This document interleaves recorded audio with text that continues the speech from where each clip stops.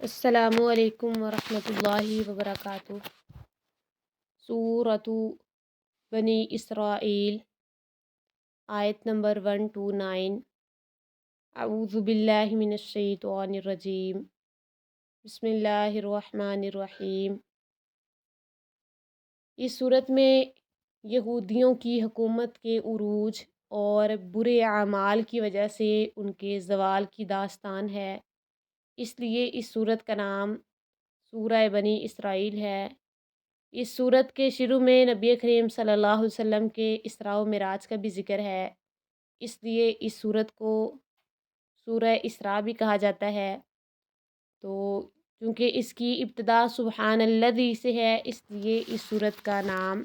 سورہ سبحان بھی رکھا گیا ہے۔ اللہ تعالیٰ فرماتے ہیں، سبحان الذی، پاک ہے وہ ذات، اسریٰ بعبدہ، جس نے سیر کروائی، بعبدہ، اپنے بندے کو، لیلاً، رات کے ایک حصے میں، من المسجد الحرام الی المسجد الاقصی، مسجد حرام سے مسجد اقصی کی طرف، الذی بارکنا حولہ، وہ مسجد جس کے ارد گرد کو ہم نے برکت دی، لنریہ من آیاتنا، تاکہ ہم اسے اپنی کچھ نشانیاں دکھائیں، انہ هو السمیع البصیر، بلا شبہ وہی سب کچھ سننے والا، سب کچھ دیکھنے والا ہے۔ پاک ہے وہ ذات جو رات کے ایک حصے میں اپنے بندے کو حرمت والی مسجد سے بہت دور کی اس مسجد تک لے گیا جس کے ارد گرد کو ہم نے بہت برکت دی ہے، تاکہ ہم اسے اپنی کچھ نشانیاں دکھائیں، بلا شبہ وہی سب کچھ سننے والا، سب کچھ دیکھنے والا ہے۔ تو اللہ تعالیٰ نے یہاں پہ اللہ کے نبی علیہ السلام کو اپنا بندہ کہا ہے، تو اللہ کے نبی علیہ السلام بھی فرمایا کرتے تھے، لا تطرونی کما اطرت النصارى المسیح ابن مریم، انما انا عبد فقولوا عبد اللہ ورسولہ، مجھے اس طرح حد سے نہ بڑھاؤ جیسا کہ نصارہ نے عیسیٰ بن مریم کو حد سے بڑھا دیا، میں تو صرف ایک بندہ ہوں، تو مجھے اللہ کا بندہ اور اس کا رسول کہو۔ جس رات یہ سفر ہوا، آپ صلی اللہ علیہ وسلم حضرت ام ہانی رضی اللہ عنہا کے گھر سوئے ہوئے تھے، وہاں سے آپ صلی اللہ علیہ وسلم کو حتیم لایا گیا، پھر حتیم سے براق پر سوار ہو کر مسجد اقصی یعنی بیت المقدس پہنچے، وہاں سے آگے سدرۃ المنتہا تک پہنچے۔ راستے میں اللہ کے نبی علیہ السلام کی ملاقات کئی انبیاء علیہ السلام سے بھی ہوئی، اور جبرائیل علیہ السلام کو بھی ان کی اثر صورت میں دیکھا، نمازیں فرض ہوئیں۔ ویسے یہ واقعہ جو ہے بیداری میں روح اور جسم سمیت پیش آیا، اللہ تعالیٰ نے اس کا یہاں پہ ذکر فرمایا ہے، انہ هو السمیع البصیر،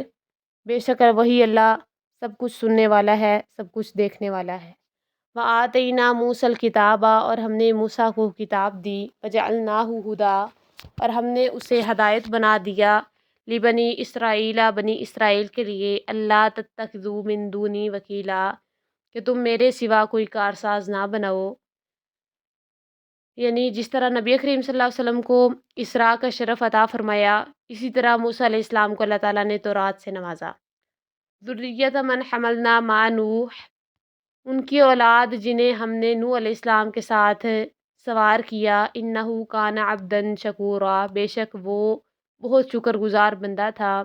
وقضینا الی بنی اسرائیل، اور ہم نے فیصلہ سنا دیا بنی اسرائیل کو، فی الکتابی، کتاب میں، لتفسدن فی الارض مرتین،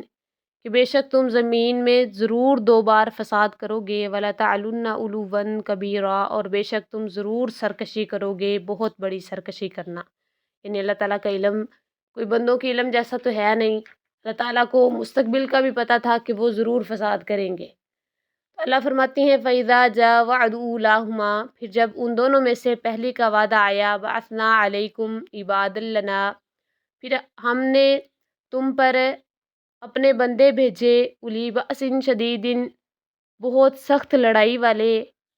فجاسو خلال الدیار، وہ گھروں میں گھس گئے، وکان وعدم مفعولا،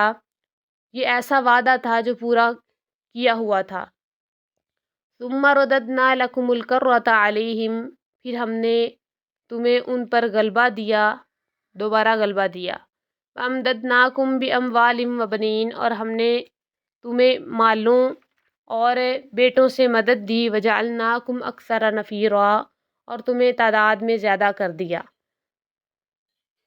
اللہ تعالیٰ فرماتی ہیں ان احسنتم لانفسکم، اگر تم نے بھلائی کی تو اپنی جانوں کے لیے بھلائی کی، وان اسأتم فلہا، اور اگر برائی کی تو بھی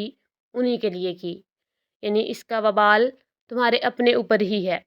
فَإِذَا جَاءَ وَعْدُ الْآخِرَةِ، پھر جب آخری بار کا وعدہ آیا، لِيَسُوءُ وُجُوهَكُمْ، تاکہ وہ تمہارے چہرے بگاڑ دیں، وَلِيَدْخُلُوا الْمَسْجِدَ، اور تاکہ وہ مسجد میں داخل ہوں، كَمَا دَخَلُوهُ أَوَّلَ مَرَّةٍ، جیسے وہ پہلی بار داخل ہوئے، وَلِيُتَبِّرُوا مَا عَلَوْا تَتْبِيرًا، اور تاکہ جس چیز پر غلبہ پائیں اسے برباد کر دیں، بری طرح سے برباد کرنا۔ تو یہ کون سا فساد تھا 2 مرتبہ، اس کا بھی قرآن حدیث میں کوئی ذکر نہیں ہے، باقی وہ فساد کرتے ہی رہے ہیں۔ عسیٰ ربکم، قریب ہے کہ تمہارا رب، ان یرحمکم، تم پر رحم فرمائے، وَإِنْ عُدْتُمْ عُدْنَا، اگر تم دوبارہ کرو گے تو ہم بھی دوبارہ کریں گے۔ وَجَعَلْنَا جَهَنَّمَ لِلْكَافِرِينَ حَصِيرًا، اور ہم نے جہنم کافروں کے لیے قید خانہ بنائی ہے۔ تو اللہ کے نبی علیہ السلام نے فرمایا کہ قیامت قائم نہیں ہوگی یہاں تک کہ مسلمان یہود سے جنگ کریں گے اور مسلمان انہیں قتل کریں گے، یہاں تک کہ یہودی پتھر اور درخت کے پیچھے بھی چھپا ہوا ہوگا تو پتھر یا درخت کہے گا اے مسلمان، اے اللہ کے بندے، یہ یہودی میرے پیچھے ہے، اسے آ کے قتل کر دے۔ وہ ایک درخت ہے غرقد، اللہ کے نبی علیہ السلام نے فرمایا سوائے اس درخت کے، کیونکہ وہ یہودیوں کے درختوں میں سے ہے۔ اللہ تعالیٰ کی رحمت دیکھیں، فرمایا کہ عسیٰ ربکم ان یرحمکم، قریب ہے کہ اللہ تعالیٰ تم پر رحم فرمائے، یعنی اتنی سرکشی اور سزا کے بعد بھی اگر تم واپس پلٹ آؤ گے تو اللہ تعالیٰ تم پر رحم فرمائے گا۔ ان ھذا القرآن، بے شک یہ قرآن، یہدی للتی ہی اقوم، اس راستے کی طرف ہدایت دیتا ہے جو سب سے سیدھا ہے، وَيُبَشِّرُ الْمُؤْمِنِينَ، اور ایمان والوں کو خوشخبری دیتا ہے، الذین، وہ لوگ، یعملون الصالحات، جو نیک اعمال کرتے ہیں، ان لہم اجرا کبیرا، کہ بے شک ان کے لیے بہت بڑا اجر ہے۔ بلا شبہ یہ قرآن اس راستے کی طرف ہدایت دیتا ہے جو سب سے سیدھا ہے، اور ان ایمان والوں کو جو نیک اعمال کرتے ہیں خوشخبری دیتا ہے کہ ان کے لیے بہت بڑا اجر ہے، یعنی یہ قرآن تمام معاملات میں سب سے جو سیدھا راستہ ہے اس کی طرف انسان کی رہنمائی کرتا ہے۔ تو جو اللہ تعالیٰ نے ہمیں سکھایا ہے ایمان والوں کے لیے، فرمایا ان لہم اجرا کبیرا، جو نیک عمل کرتے ہیں ان کو یہ بھی بشارت دیتا ہے کہ بے شک ان کے لیے بہت بڑا اجر ہے۔ ھذا ما عندی، واللہ اعلم بالصواب۔